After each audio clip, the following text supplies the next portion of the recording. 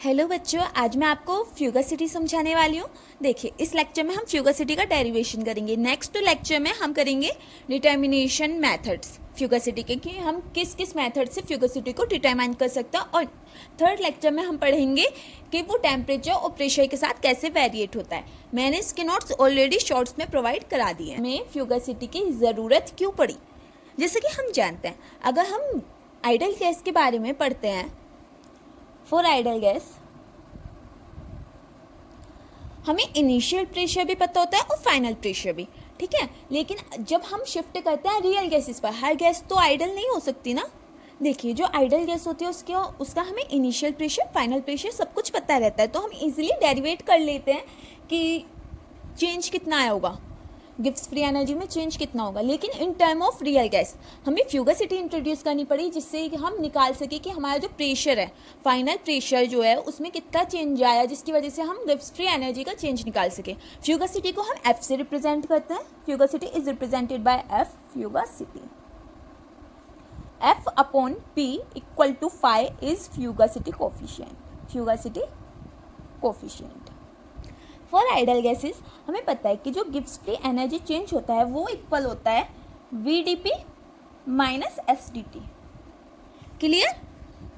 ये इक्वेशन हमने देखी हुई है थर्मोडायनेमिक्स में कि आइडल गैस के लिए जो हमारी गिब्स फ्री एनर्जी चेंज होता है वो इक्वल टू होता है VdP माइनस SdT। अगर मैं यहाँ पर टेम्परेचर को कांस्टेंट कर दूँ, मीन्स ये टर्म आपकी जीरो हो जाएगी, इक्वल टू जीरो, तो आपका गिब्स फ्री एनर्जी चेंज किसके इक्वल रहेगा? VdP, जितना चेंज प्रेशर में आएगा। इस इक्वेशन से हमें ये पता चल गया कि हमें प्रेशर फाइंड आउट करना है कि कितना चेंज हमारे प्रेशर में आया। हम जानते हैं कि जो वॉल्यूम होता है वो equal to RT upon P होता है फॉर गैस इक्वेशन। अब जो V की वैल्यू है ये RT अपॉन P, हम इसे यहाँ V में पुट करेंगे। dg equal to RT upon P dP। देखिए, आर जो है आपका वो गैस कांस्टेंट है, टी आपका टेम्परेचर है, पी आपका प्रेशर है, वी वॉल्यूम को रिप्रेजेंट कर रहा है। नाउ इंटीग्रेट दिस दीदी, हम देखेंगे कि गिब्स फ्री एनर्जी चेंज कितना है, initial to final equals to constant term को हमेशा इंटीग्रेशन के बाहर लिखते हैं। RT जो है वो हमारी एक कांस्टेंट टर्म है, 1/P dP। यहाँ पर हम चेंज देखेंगे कि प्रेशर में कितना चेंज आया है, initial pressure to final pressure, जिसे मैं इनिशियल प्रेशर को P1 से रिप्रेजेंट कर रही हूँ, फाइनल प्रेशर को मैं P2 से रिप्रेजेंट कर रही हूँ। नाउ जब हम इस इंटीग्रेशन को सॉल्व करेंगे तो ये आपकी इक्वेशन बनेगी G2 minus G1 upper limit minus lower limit equal to RT ln P2 upon P1। Clear? जब हम इस इंटीग्रेशन को, इस वैल्यू को सॉल्व करेंगे तो ये आएगी हमारी वैल्यू। जो बच्चे मैथ्स का उन्हें इजीली समझ आ जाएगा। इंटीग्रेशन का पार्ट्स मैं अलग से बनाऊंगी, वहां से आपको सारी इंटीग्रेशन समझ आ जाएगी कि इंटीग्रेशन सॉल्व कैसे करते हैं।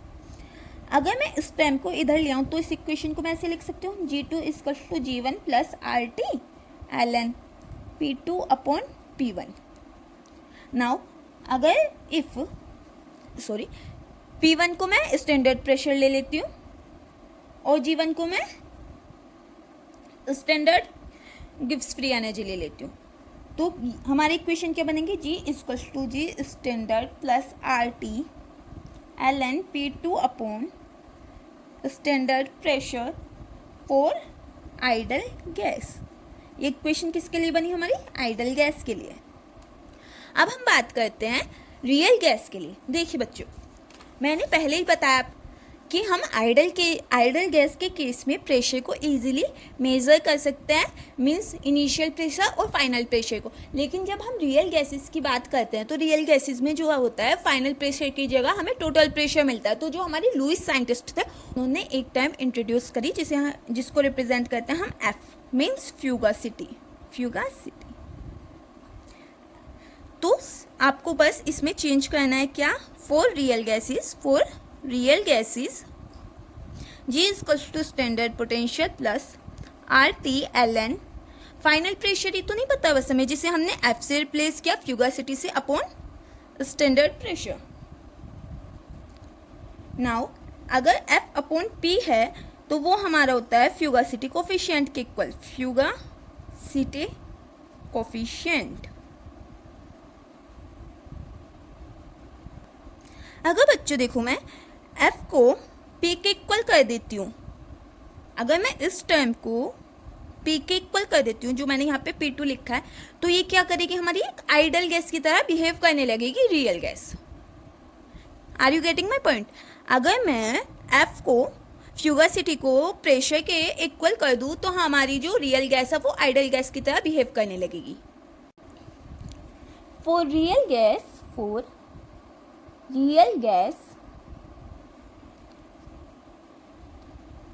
VDP equals to DG, P1 to P, ठीक है, initial pressure to final pressure, VDP equal to DG। ये हमारे पास एक इक्वेशन है। हम जानते हैं कि जब हम DG का इंटीग्रेशन करते हैं तो वो किसके इक्वल आती है बच्चों, G final minus G initial, G final minus G initial. जब मैं इस टर्म को ओपन करूंगी तो हम लिखते हैं upper limit minus lower limit, ठीक है। P1P V real DP equals to DG equals to, देखिए हमने एक इक्वेशन देखी अभी, G हमारा किसके इक्वल है, यहाँ पर देखिए हमने G की टर्म निकाली है कि G जो हमारा इक्वल है वो standard gives free energy plus RT ln F upon P note for real gases. तो मैं इस टर्म को यहाँ इनपुट कर सकती हूँ G2 में, plus RT ln F upon P standard minus G standard plus RT ln F P। अब देखिए जो हमारा G स्टैंडर्ड है और G स्टैंडर्ड है वो तो एक दूसरे से कैंसिल आउट हो जाएगा, तो हमारी इक्वेशन क्या बनेगी बच्चों, P initial P final V real DP। Real मैं क्यों लिख रही हूँ, जिससे हमें पता रहे कि ये रियल गैस की बात हो रही है। VDP equal to DG equals to RT ln F upon F dash. ये हमारी क्या बनी, थर्ड इक्वेशन। क्लियर? देखिए ये जी फाइनल के लिए हम रियल गैसेस के लिए बात करें तो फ्यूगासिटी को मैंने यहाँ पे सिंपल F से रिप्रेजेंट कर दिया, और जो इनिशियल वाला फ्यूगासिटी चेंज है, वेरिएशन है, उसे F डैश से रिप्रेजेंट किया है। तो ये हमारी बन गई इक्वेशन थर्ड। हमने देखा है for ideal gas P1P VDP equal RT ln P upon P dash 4। इस इक्वेशन को मान लेते हैं कि ये 4 इक्वेशन है। अब देखिए हमें किसकी वैल्यू चाहिए, हमें चाहिए फ्यूगासिटी की value. Are you getting my point? हमने standard Gibbs free energy change जो था वो हमने एक दूसरे से कैंसिल आउट कर दिया। हमें चाहिए फ्यूगासिटी की वैल्यू। हमें प्रेशर की, आइडल गैस के केस में हमें प्रेशर की इनिशियल वैल्यू पता है और फाइनल वैल्यू पता है, लेकिन हमें फ्यूगासिटी की वैल्यू नहीं पता। हमें फ्यूगासिटी फाइंड करना है इस डेरिवेशन में। देखिए बच्चों, जब मैं इक्वेशन थर्ड एंड फोर्थ को इक्वेट करती हूँ आपस में, तो ये इक्वेशन बनती है हमारी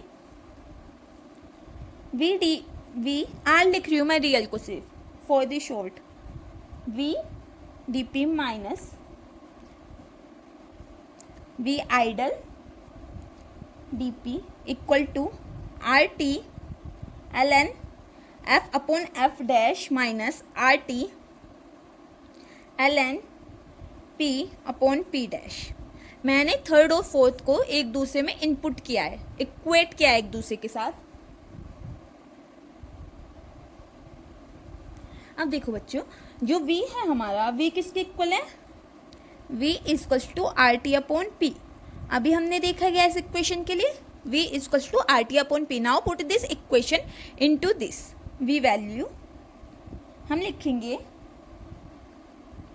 P dash P ZRT upon P minus RT upon P DP।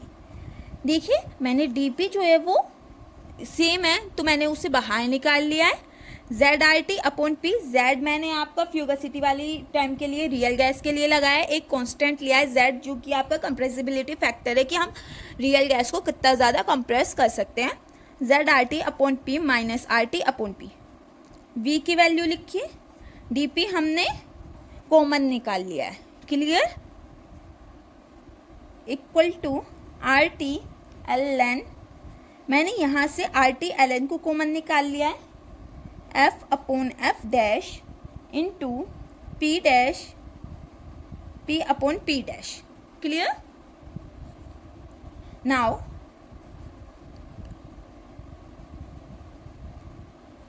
P1 देखिए, P1 P डैश का मतलब एक ही है, मैंने कंफ्यूज होकर कहीं कहीं P डैश लगा दिया, कहीं P1 लगा दिया, वो इनिशियल प्रेशर ही है, इसमें कंफ्यूज मत होना, आप एक ही रखना साइन।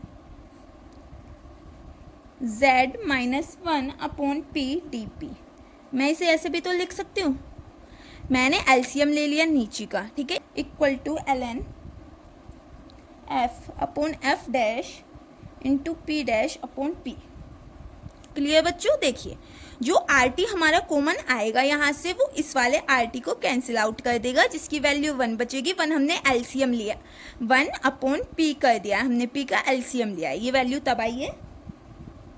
अगर मैं इनिशियल प्रेशर को 0 कर दूँ और F dash upon P dash को 1 कर दूँ, तो हमारी क्या वैल्यू आएगी, यहाँ पर मैं लिखती हूँ 0 इनिशियल प्रेशर है कि हमने पहले कोई प्रेशर अप्लाई नहीं किया हुआ, Z minus 1 upon P dP equal to ln F upon P।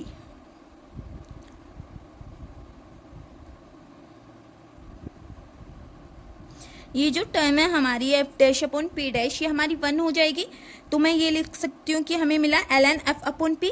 हमने देखा स्टार्टिंग में ln F upon P, F upon P क्या होता है, फ्यूगासिटी कोएफिशिएंट, जिसे हम फाई से रिप्रेजेंट करते हैं। तो हमारी इक्वेशन क्या बन के आई, 0P Z minus 1 P dP equals to ln phi. इससे हमें क्या पता चलता है कि जो भी हमारा कंप्रेसिबिलिटी फैक्टर हो, उस पर हमारी फ्यूगासिटी की वैल्यू डिपेंड करेगी। Fugacity depends on Z factor, Z is a compressibility factor. देखिए अगर Z हमारा स्मॉलर देन 1 है तो वैल्यू क्या आएगी, नेगेटिव, तो उसके बीच क्या करेगा, अट्रैक्शन डोमिनेट करेगा, अट्रैक्शन विल डोमिनेट। ये आप टाइम समझ लीजिए, फिर मैं आपको समझाती हूँ।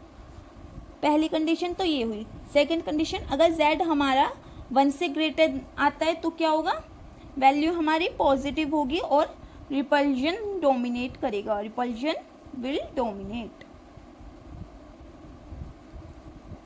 तो इसी कंडीशन पर ना जो हमारी जी है रियल गैस की, वो हायर हो जाती है आइडल गैस से।